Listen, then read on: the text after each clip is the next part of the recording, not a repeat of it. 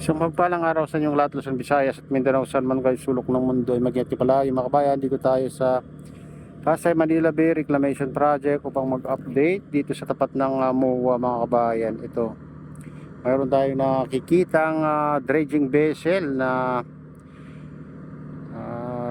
pinapasip-sip yung ano dito, mga kabayan. Parang sasalubungin niya yung isang dredging vessel doon, no? Kasi doon naman siya ano,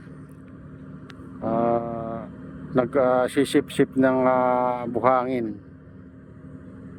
Ito, makita nyo mga kabayan, itong dredging vessel na to, may nandun yung dulo. Makita nyo, tingnan natin. Ayan yung dulo, mga kabayan. Diyan na binubuga yung kinukuha niya dito. Galing mo, di ba? Nililipat niya yung ano, kasi baka idudugtong din dun sa ginawa nilang kanal diyan sa likod ng Sofitel Hotel at ano, Lime Resorts and Hotel. Kaya yan, no, lakas yung, di ba? Galing nila, di ba, mga bayan? Ay, hindi na kailangan ikakarga sa barko o truckman, mga kabayan, para ilipat yung buhangin na gusto nilang ilipat. Ayan, oh. Makikita yung pipe yan, mga kabayan, nakakonect dito sa ano, itong sa dredging vessel na to. Ayan, diyan nakakonect yung pipe na yan. Ganyan ka-high-tech yung mga ginagamit nilang paggawa ng mga island, mga kabayan. Pag hindi kayang abutin ng barko na malalaki, ito yung gagamitin nila para itambak sa gusto nilang tambakan, mga kabayan. Yan. Napaka-high-tech, mga kabayan, yung mga ginagamit nila dito.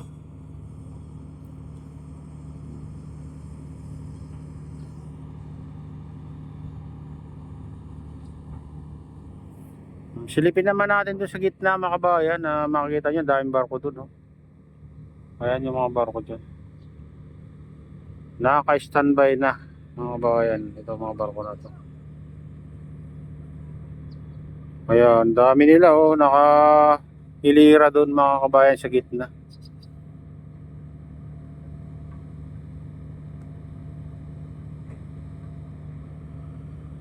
At silipin natin yun sa pinakabilang dulo, mga kabayan. Bilang dulo itong tapat ng MOA, mga kabayan.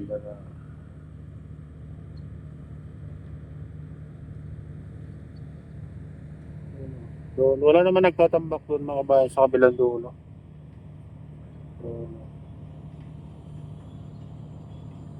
Ayan.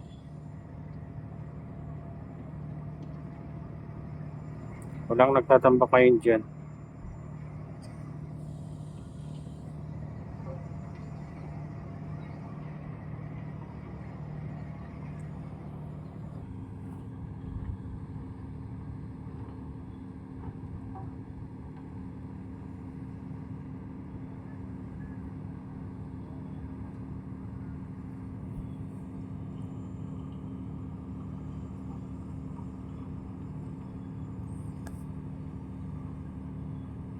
Sa sunod na araw, makita nyo, baka ano na dyan, mga kabayan, ay nakadugtong na island na dyan, mga kabayan.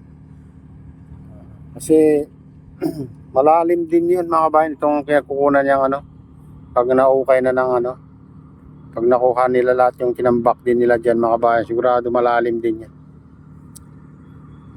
Yun yung isa sa kabila. Ayan, yung poste na yan, parang poste na yan, mga kabayan. Likod din ng ano yan, dredging vessel dun sa kabila, mga kabayan. Parang ito, ganito. Ayan, parang poste lang yan sa likod niya. Dyan nakakonect yung ano, pipe na malaki.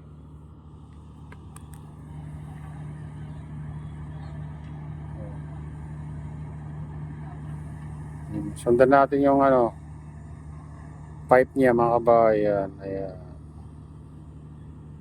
Ayan, dyan, napaikot doon. Naikot dyan. Doon yung dulo.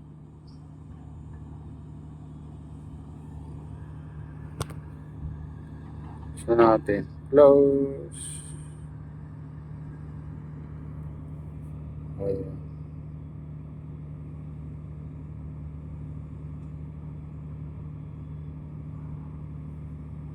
Ganun lang, ginagawa nila mga kabayan pag gusto nilang ilipat yung buhangin.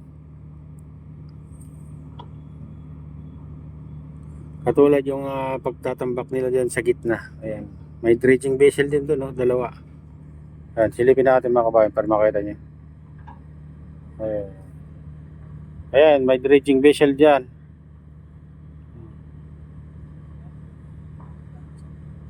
Yung ano yan, orange yan, oh, dredging vessel yan. Isa sa, yung isa nandun sa likod niya, ayan, oh, mga kabayan. Diyan tinatambak yung mga buhangin at pinapasipsip din nila kayo dun sa gitna.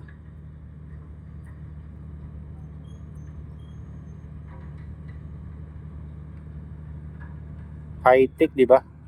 Napaka high-tech ang ano nila. Gamit nila mga kabayan. Saan na yung dulo? Ayan.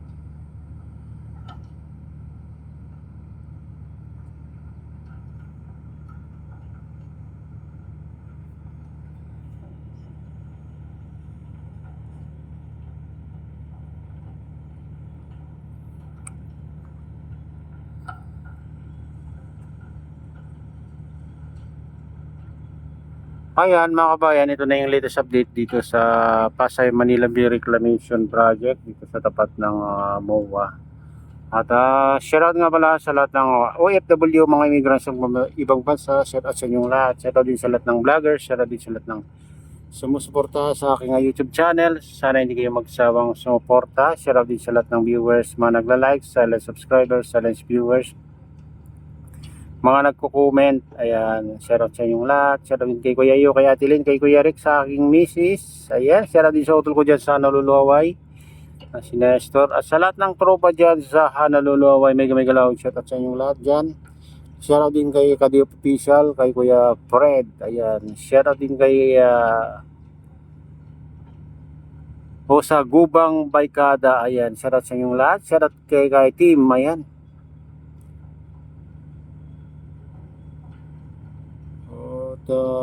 Shoutout din kay Idol Roel Rosales at kay Padjak niya Lamat, kay Idol Ernesto. Ayan, shoutout sa inyong lahat mga idol. Ayan, kay Mama MJ. Ayan, kay Mama Atiya. Ayan, shoutout sa inyong lahat. At sa Padjak Bakat. Ayan, shoutout sa inyong lahat mga idol at pagpalain na ng Diyos at ingat kayo palagi. God bless us all. Bye-bye.